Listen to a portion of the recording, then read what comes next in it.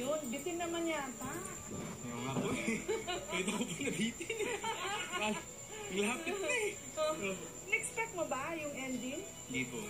Ah, talaga? So, hindi sinabi sa inyo na may ganung ending? Hindi po. Akala ko po yun. Bakit kaya? Para spontaneous din pati yung reaction nyo. Yes po. Gusto ko na pong habulin eh. Kaya lang po, syempre, pumasok pa rin po yung binilin sa akin ni Lola na kailangan you have to honor your words. So, kaya pinigilan ko na lang po yung sarili ko. Ano masasabi mo sa pagkikita nyo ni Yaya Dabu? Sobrang happy po rin. Nakakatuwa po yung mga reactions namin kasi very natural. I mean, hindi ko po siya in-expect to react that way. Oh, I'm sure ang tinatanong sa'yo ngayon, tinatanong din ng bayan. O ano ba, meron bang, ano ba to, pang screen lang, pang kalye serye lang, o meron ng ibang nararamdaman? Sorry ha, napaka-cheesy ng tanong ko. Pero yun ang tinatanong ng marami. Sa tamang panahon po. Ayun pa rin. So kahit ikaw hindi mo alam mangyayari? Hindi pa po eh.